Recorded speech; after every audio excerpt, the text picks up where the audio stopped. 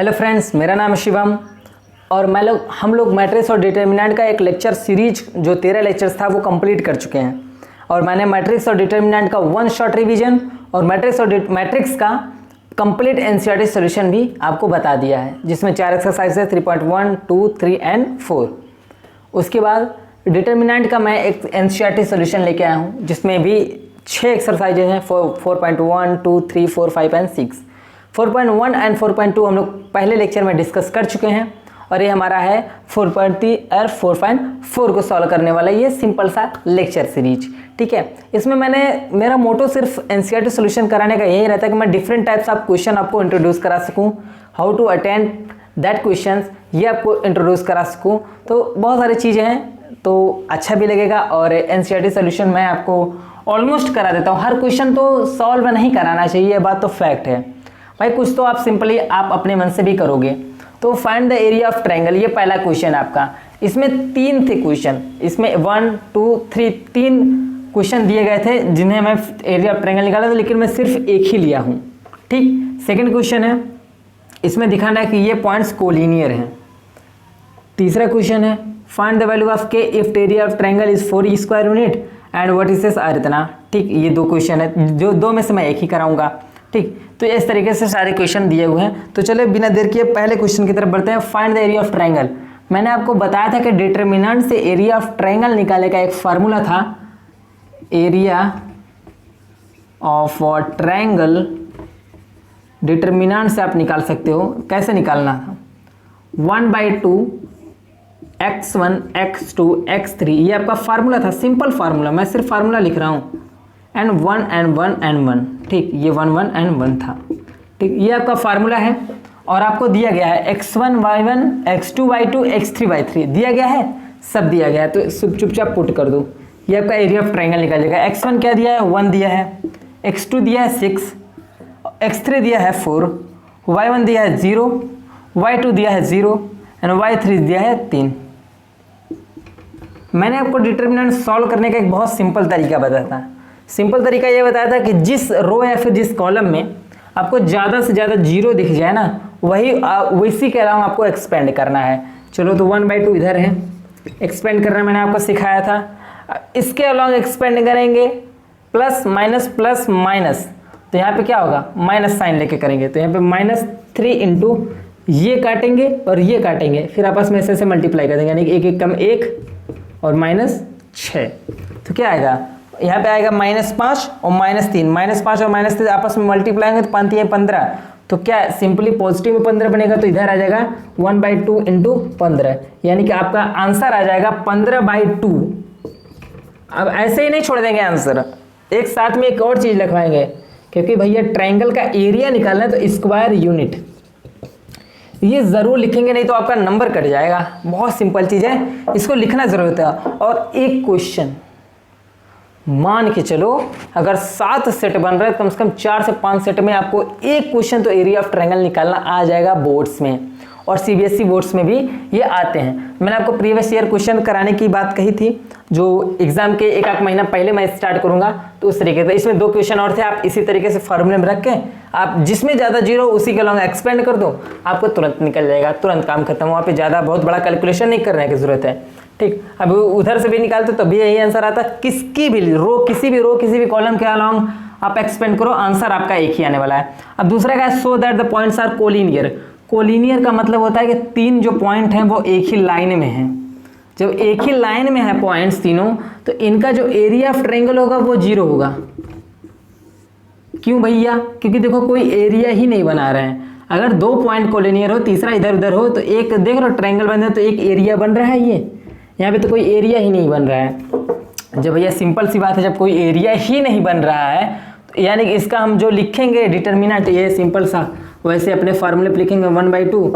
यहाँ पे x1 a है, x2 b है, x3 c है, फिर b + c है, फिर c + a है, और फिर a + b है। ठीक, ये है, और 1 1 एंड 1 है। अब देखो ऐसे आप एक्सपेंड करोगे तो आपको ज़्यादा थोड़ी सी दिक्कत हो सकती है, लेकिन अगर आप प्रॉपर्टी लगाओ तो काम आसानी से बन सकता है। प्रॉपर्टी में हम क्या लगाएंगे, हम C1 को ऑपरेट करते हैं, C1 + C2 कर देते हैं। प्रॉपर्टी वगैरह लगाना मैंने लास्ट एक्सरसाइज में कितने सारे क्वेश्चंस बताए हैं, प्रॉपर्टी वगैरह बेस्ड। अब जब सबको ऐड करेंगे तो यहाँ पे आएगा a प्लस बी प्लस सी आएगा, और यहाँ पे b प्लस सी रहने दो, यहाँ पे 1 का 1 रहने दो। अब जब इसको भी आपस में ऐड करेंगे तो देख रहे हो a plus c plus b हो जाएगा, यानी कि a plus b plus c यहाँ पे भी हो जाएगा, और यहाँ पे c प्लस ए और 1 यहाँ पे होगा ही, और ये पे c प्लस ए प्लस बी यानी कि a plus b plus c यहाँ पे भी हो जाएगा, और यहाँ पे क्या हो जाएगा a प्लस बी और यहाँ पे हो जाएगा 1। अब a प्लस बी प्लस सी बाहर निकाल लो भैया, 1/2 इंटू ए प्लस बी प्लस सी, ये आपका अगर बाहर आ गया तो यहाँ पे 1 1 1 बचा, और यहाँ पे b प्लस सी प्लस ए और a प्लस बी बचा, और 1 1 एंड 1 बचा। अब आपको ये भी बताया था कि जब दो रो या फिर दो कॉलम आइडेंटिकल यानी कि समान हो तो इसका डिटर्मिनेंट 0 होता है। जब इसका डिटर्मिनेंट 0 होगा तो इसके मल्टीप्लाई में कुछ भी होगा वो भी 0 बन जाएगा, और ये प्रूफ हो गया, ये हम शो कर दिए, ये दिखा दिए इसका जो एरिया ऑफ ट्रायंगल है वो 0 होता है, और 0 आ गया हमारा, तो ये प्रूफ हो गया कि ये भाई है, ये तीनों पॉइंट जो है वो कोलिनियर है। ठीक, ये निकल गया। अब find the value of k if area of triangle is 4 square unit and vertices are दिए गए हैं। अब देखो इस क्वेश्चन में k की वैल्यू निकालनी है हमें। अब k की वैल्यू निकाल, देखो इसमें एरिया ऑफ ट्रायंगल भी नहीं निकालना है क्योंकि एरिया ऑफ ट्रायंगल इसमें दे दिया गया है कि एरिया ऑफ ट्रायंगल आपका 4 है, यानी कि आपका सिंपल सा क्वेश्चन ये बन गया है कि अगर ये क्वेश्चन अगर दे रहा है हमारा ये वर्टिसेस है तो वर्टिसेस पहले लिख लेते हैं। तो क्या है, x1 k है, y1 x2 4 है, और ये भी 0 है। ठीक, फिर यहाँ पे 0 0 2 है, तो यहाँ पे 0 0 एंड 2 है, और यहाँ पे 1 1 एंड 1 है, और यहाँ पे 1/2 तो होता ही है, और ये जो निकल के आएगा ये हमारे दे दिया है 4 आएगा। ठीक, अब सिंपली हमें k की वैल्यू फाइंड करनी है, कुछ करना है नहीं, चुपचाप डिटर्मिनेंट सॉल्व करो। डिटर्मिनेंट सॉल्व करोगे तो इस रो के अलॉन्ग, अगर इस कॉलम के अलॉन्ग आप एक्सपेंड करो तो देखो सिंपल बन रहा है, क्योंकि इसमें 2 0 है, सिर्फ एक ही कैलकुलेशन बचेगा। तो फिर -2 इंटू इधर को काटो इधर को काटो, k इंटू 1 और 4 यानी कि k इंटू -4।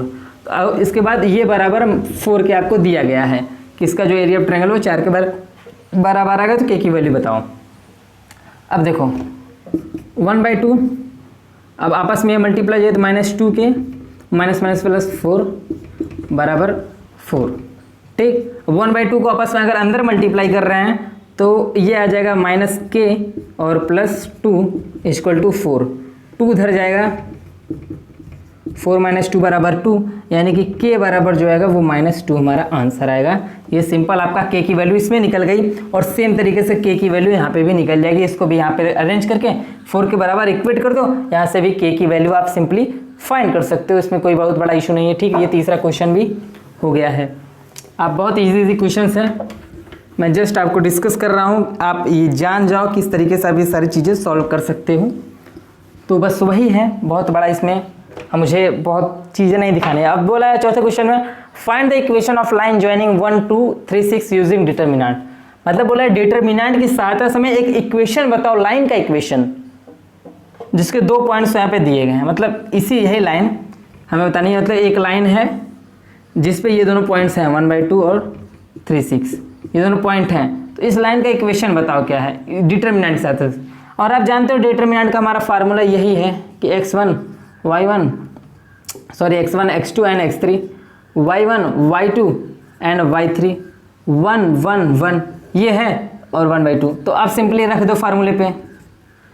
जब आप सिंपली रखोगे इन दोनों पॉइंट्स को फार्मूले पे, x1 1 है और x2 3 है, और यहाँ पे x2 2 है एंड 6 है, यहाँ पे 1 1 एंड 1 तो कर दे रहा हूँ। अब 2 स्पॉट आपका खाली है, जब तक ये भराएगा नहीं डिटर्मिनेंट सॉल्व कैसे होगा भैया। ठीक, तो आप अब क्या बोला है कि इस लाइन का इक्वेशन जो है, इस लाइन पे 2 पॉइंट्स पहले से हैं, ये दिया गया। हम एक और इसी लाइन पे पॉइंट मान लेते हैं, मानने में क्या जाता है हमारी चीज़, एक और पॉइंट एक्स वाई हम मान लेते हैं। अब हमारा 3 पॉइंट मिल गया, अगर हम तीनों को 0 के बराबर इक्वेट कर दें तो हमारा एक्स वाई निकल जाएगा। सिंपल सी बात है, एक्स एंड वाई हमारा हो गया। अब इसको हम 0 के बराबर कर देंगे, क्योंकि आप पता है कि कोलिनियर है तो इसका एरिया ऑफ ट्रायंगल 0 होगा। तो ये आपको हमारा इक्वेशन मिल गया। आप इसको आप डिटरमिनेंट के साथ आराम से सॉल्व कर सकते हो।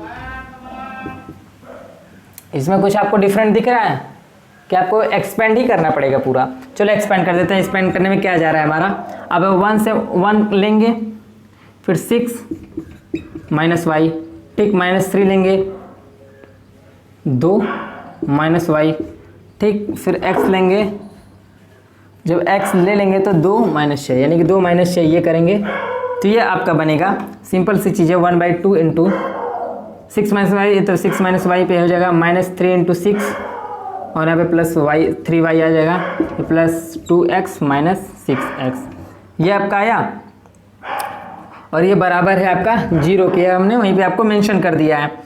और ये चीज़ अब जब और फर्दर आप इसको सॉल्व करोगे 6 ये आपस में कट जाएगा, प्लस माइनस है, उसके बाद फिर 3y में से 1y जाएगा, 2y बचेगा, ठीक, और यहाँ पे देख रहे हो 2x माइनस 4, यहाँ तो माइनस, यहाँ पे 4x बचेगा, -4x, ठीक, और ये बराबर है 0 को। जब 2 को अंदर मल्टीप्लाई हम करते तो y माइनस 2x बराबर 0, आपका ये इक्वेशन मिल जाएगा लाइन का, या फिर लिखो y बराबर 2x, ये आपका लाइन का इक्वेशन मिल जाएगा जिसको आप इजीली सॉल्व कर सकते हैं। उसके बाद आपका नेक्स्ट क्वेश्चन, 5वां क्वेश्चन भी मैंने आपको करा चुका हूँ, ठीक है, ये जस्ट पहले कराया है तो आप इसका सॉल्यूशन खुद कर सकते हो, आपको तीनों पॉइंट्स दिए, इससे पहले जस्ट क्वेश्चन मैंने इसको कराया था, तो 5वां क्वेश्चन भी आप बहुत इजीली कर सकते हो, उसमें कोई बहुत बड़ा इशू नहीं है। 4.3 एक्सरसाइज मेरा कंप्लीट हो गया, सिर्फ 5 से 6 ही क्वेश्चन थे। अब एक्सरसाइज 4.4 हम देखते हैं कि उसमें क्या है, तो वो देखते हैं, चलिए। तो ये एक्सरसाइज 4.4 है, इसमें आप देख सकते हो कि एक्सरसाइज 4.3 मैंने अभी कंप्लीट किया है जस्ट। अब एक्सरसाइज 4.4 में पहला क्वेश्चन दिया है, write minors and cofactor of element of following determinant. ये पहले क्वेश्चन में 2 डिटर्मिनेंट दिया है, दूसरे क्वेश्चन में 2 डिटर्मिनेंट दिया है, हमें इन चारों का माइनर एंड कोफैक्टर निकालना है। तो क्या यार, मैंने एक सिंपल सी चीज़ बताई थी माइनर और कोफैक्टर मैट्रिसेस का निकालने का, तो क्या यार मैट्रिसेस डिटर्मिनेंट कुछ होता नहीं है, मैट्रिसेस का ही डिटर्मिनेंट निकलता है, स्क्वायर मैट्रिक्स का डिटर्मिनेंट निकलता है, और मैट्रिक्स का निकालो चाहे डिटर्मिनेंट निकालो, माइनर होता है, कोफैक्टर चीज़ अपनी वही सेम है। तो मैट्रिसेस और डिटर्मिनेंट में ये कंफ्यूज नहीं होना कि इसके अलग मैट्रिसेस माइनर्स होंगे, कोफैक्टर होंगे, नहीं, सेम है, ठीक, सिंपल चीज़ है। वही मैट्रिसेस में क्या था, यही चीज़ थोड़ा सा साइन अलग हो जाता, मैट्रिक्स बन जाता। अब इसी का डिटर्मिनेंट निकालना है, तो अब पहले का माइनर की अगर हम बात करें तो देखो, माइनर को मैंने नोटेशन क्या बताया था माइनर का, कि अगर आपको M11 का निकालना है, यानी कि 11 स्पॉट का, ये आपका A11, A12, A21 और ये 22 है, ठीक, ये सिंपल सी चीज़ है। अगर माइनर ऑफ A11 निकालना है तो कैसे निकालेंगे, ए को फिक्स करेंगे और उसके अलॉन्ग रो और कॉलम को काट के हटा देंगे, जो बचेगा वहाँ पे लिख देंगे, यानी कि A22, तो इसका माइनर बन गया। और सिंपली अगर हम यही बात करें इसमें माइनर ऑफ 2 की बात करें, अगर M ऑफ माइनर ऑफ 2 की अगर हम बात करें तो वो क्या होगा, अगर 2 के माइनर के बाद इधर काटेंगे, यानी इसका रो काटेंगे, इसका कॉलम काटेंगे, जो बचेगा वो एलिमेंट यहाँ पे लिख देंगे 3, ये इसका माइनर हो गया, ठीक। माइनर पहले निकाल लेते हैं, फिर कोफैक्टर पे बात करेंगे।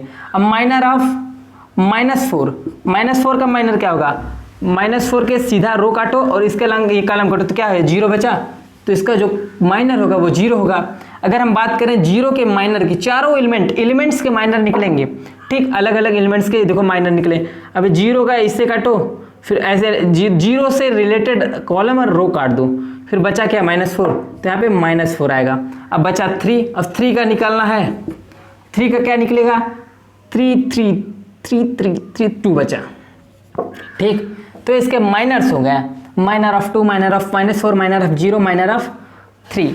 अब ये माइनर्स हो गया। बात हुई कोफैक्टर की, तो मैंने आपको कोफैक्टर बताया था, कोफैक्टर को चाहे ए से दिखाओ चाहे सी से नोटेट करो, तो मैं यहाँ पे सी से लेके चलते हैं, ए से मैंने बहुत बार लेके काम किया है, ठीक। अब ये क्या होता है, ये होता है -1 + i + j इंटू माइनर,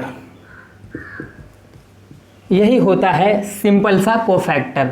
अब -1 ऑफ पावर ये क्या था, मैंने आपको एक चीज़ ये सिंपल तरीके से बताई थी कि अगर ये स्पॉट पर प्लस है या माइनस प्लस माइनस, नहीं प्लस माइनस ऐसे ही बताया था कि अल्टरनेट प्लस माइनस बनने ले चलता चलेगा। देखो, अगर इस स्पॉट का अगर हम निकाल रहे हैं तो i + j 2 होगा और ये पॉजिटिव बन जाएगा, तो माइनर जैसे एज इट इज लिखा जाएगा।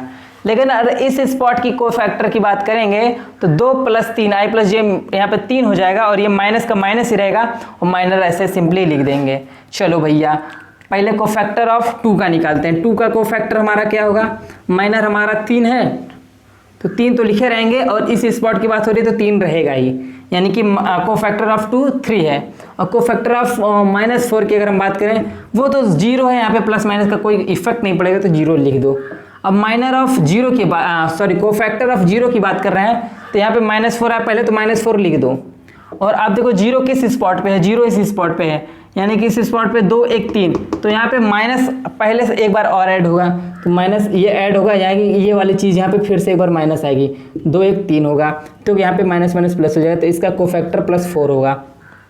ठीक, और 3 का कोफैक्टर क्या होगा, सिंपली आप दे सकते हो 2 का 2 ही रह जाएगा। ठीक, तो आपका ये कोफैक्टर हो गया, ये माइनर हो गया। मैंने निकालना आपको अच्छे से सिखाया है लेक्चर्स में, तो ये आपका माइनर एंड कोफैक्टर होगा। इस तरीके से निकला। अब इसका भी सेम तरीके से निकलेगा, इसका भी सेम तरीके से निकलेगा, और इसका भी सेम तरीके से निकलेगा। 1 का अगर आपको माइनर निकालना है तो ऐसे ऐसे काटो, इसका डिटर्मिनेंट निकाल के आप लिख सकते हो। इसका निकालना है तो ऐसे ऐसे काटो, ठीक, ये वाली लाइन काटो, ये वाली लाइन काटो, ये करके आप सिंपली सबका माइनर कोफैक्टर लिख सकते हो, क्योंकि मैंने आपको लेक्चर्स में डिटेल में बताया। तो माइनर कोफैक्टर निकालो, कोई बहुत बड़ी चीज़ नहीं, इसमें मैं एक कॉन्सेप्ट इसके बाद बताने जा रहा हूँ। मेरा मेन मोटो इस एक्सरसाइज को डिस्कस करने का वही है, जो मैं जस्ट अभी आपको एक कॉन्सेप्ट बताने जा रहा हूँ वो। ठीक, आते हैं नेक्स्ट क्वेश्चन पे। आपका क्या है नेक्स्ट क्वेश्चन? और नेक्स्ट क्वेश्चन क्या है भैया? Using cofactor of element of second row evaluate this determinant. आपको एक कॉन्सेप्ट बता दूं, अगर आप किसी भी, ये डिटर्मिनेंट आपका लिखा है A11 A12 A13 A21 A22 A23 A31 A32 A33 छी। ठीक, ये आपका सिंपली डिटर्मिनेंट लिखा गया है। एक फार्मूला मैं बताऊं? अगर हमें इसके कोफैक्टर को लिख लें, चलो अगर इसका कोफैक्टर लिखेंगे तो A11 होगा, इसका कोफैक्टर लिखेंगे तो वही A12 होगा, इसका कोफैक्टर A13 होगा।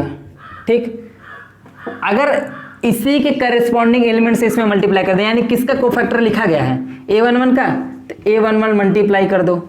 ये किसका कोफैक्टर लिखा गया है, ये A12 का, तो A12 यहाँ पे लिख दो। ये किसका कोफैक्टर लिखा है A13 का, तो यहाँ पे A13 लिख दो। अगर हम आप तीनों को आपस में जोड़ देंगे, ये मालूम क्या निकलेगा? डिटर्मिनेंट निकल जाएगा। समझ में आया मैं क्या बता रहा हूँ? बहुत सिंपल चीज़ है। एक और तरीका है डिटर्मिनेंट निकालने को। मान लो हमें इसके कोफैक्टर के हिसाब से नहीं निकालना है, इसके कोफैक्टर के हिसाब से निकालना है, सेकंड वाले के अगर कोफैक्टर के हिसाब से अगर हमें निकालना है A21 A22 A33, तो A21 इंटू A21, यानी कि ये बड़ा वाला जो इसका कोफैक्टर भी निकालो और उसको आपस में मल्टीप्लाई करो, फिर ऐड करो A22। देखो भैया, अब ये थोड़े होगा कि ये करोगे, नो, या तो कॉलम या तो रो। ठीक, सिंपल चीज़ है। उस हिसाब से फिर इसका क्या है A22 है, फिर ये A23 है एलिमेंट, और इसका जो कोफैक्टर A है, इसको भी करेंगे तो ये भी डिटर्मिनेंट ऑफ दे देगा। अगर ये कोई ये A दिया गया है तो ये आपका डिटर्मिनेंट ऑफ A आपको मिल जाएगा। तो ये हो गया आपका एक फार्मूला। वही क्वेश्चन दिया using cofactor of element second row, यानी कि ये जो आपका सेकेंड रो है, इसके कोफैक्टर का यूज करके डिटर्मिनेंट निकालना है। यानी कि आप इसका फार्मूला अगर देखा जाए तो यहाँ पे लिखा गया है ये, ठीक, ये 21 होगा। ठीक, तो ये आपका ये फार्मूला लिखा गया है। इसी फार्मूले पे चलो सबसे पहले 201 का कोफैक्टर निकालते हैं, तब जाके आगे की हम बात करेंगे। अब 201 का कोफैक्टर हम निकालेंगे कैसे, आपको मैंने बता दिया है बहुत सिंपली। तो चलो कोफैक्टर निकालते हैं। पहले कोफैक्टर ऑफ 2 निकालते हैं, यानी कि ये कौन सा स्पॉट है A21, यानी कि A21 निकालते हैं। A21 निकालेंगे तो ये कट जाएगा, तो 3 3 का 9, 9 माइनस 16, जब 9 माइनस 16 होगा तो क्या आएगा आंसर में? -7। और ये स्पॉट क्या है? प्लस माइनस, तो ये निगेटिव स्पॉट है तो माइनस माइनस प्लस बना देगा इसको। फिर निकालेंगे A22, यानी ये वाला स्पॉट का 0 और 0, ये जाएगा 5 3 15 1 8, यानी कि 15 माइनस 8, 15 माइनस का 8 होगा 7 होगा। तो और यहाँ पे प्लस माइनस प्लस वाली बात है, तो यहाँ पे प्लस का प्लस ही रह जाएगा। फिर A23 ये निकालेंगे, यानी कि ये इससे अगर इस कॉलम इस रो को छोड़ते हैं इस कॉलम इस रो को छोड़ते 5 दूनी 10, 10 माइनस 3, 10 माइनस 3 कितना बचेगा 7, और ये भी यहाँ पे आपका हो जाएगा माइनस। तो यानी कि +7 एंड माइनस से ये चीज़ आपका निकल गया। अब देखो भैया सिंपली करना क्या है, a21 into a21 plus a22 into a22 plus a23 into a23 सब आपको गिवन है भैया। a21 क्या है, a21 ये चीज़ है यानी कि 2 इंटू a21 निकाले हैं 7 आया, ऐड कर दो। a22 क्या है 0, फिर निकाले हैं 7 आया, ठीक 1 लिखा गया है। इसका क्या निकाले हैं -7 आया है। अब देखो अगर हम मल्टीप्लाई करते तो यह क्या होगा 7 दूनी 14, ये मल्टीप्लाई करेंगे तो 0, ये मल्टीप्लाई करेंगे तो -7, तो यहाँ पे प्लस है -7 लिख लेते हैं, ठीक। 14 में से 7 गया तो 7 आया, यानी कि जो इस मैट्रिक्स का डिटर्मिनेंट है कंप्लीट, डिटर्मिनेंट ऑफ मैट्रिक्स आएगा 7। तो इस तरीके से आप इक्वेशन को आराम से सॉल्व करते हो। चौथा क्वेश्चन भी सेम है और पांचवा क्वेश्चन बताएं वो है ऑब्जेक्टिव और सेम फार्मूला लिखा गया है और यही उसका आंसर होगा। तो आप जाके देख लेना वहाँ को, आप ये बहुत सिंपली है, बहुत सब सॉल्व कर सकते हो। तो ये आपका 4.3 और 4.4 था जो मैंने आपको एनसीईआरटी सॉल्यूशन का डिटरमिनेंट का सॉल्व करा दिया है। और अब नेक्स्ट एक्सरसाइज में मिलते हैं, एक्सरसाइज 4.5 एंड 4.6। उसमें हम आपको एडजॉइंट ऑफ ए मैट्रिक्स और सिस्टम ऑफ लीनियर इक्वेशन को सॉल्व करना बताएंगे। फिर उसके बाद हमारा क्या आएगा, one shot revision of determinant. Thank you so much for watching this video. मेरा Telegram channel Shivam maths, Shivam मेरा नाम है शिवम और ये मेरा टेलीग्राम है चैनल, जाके ज्वाइन करो, इधर मिल जाएगा नोट्स एंड डीपीपी डेली, समझे कि नहीं। Thank you so much.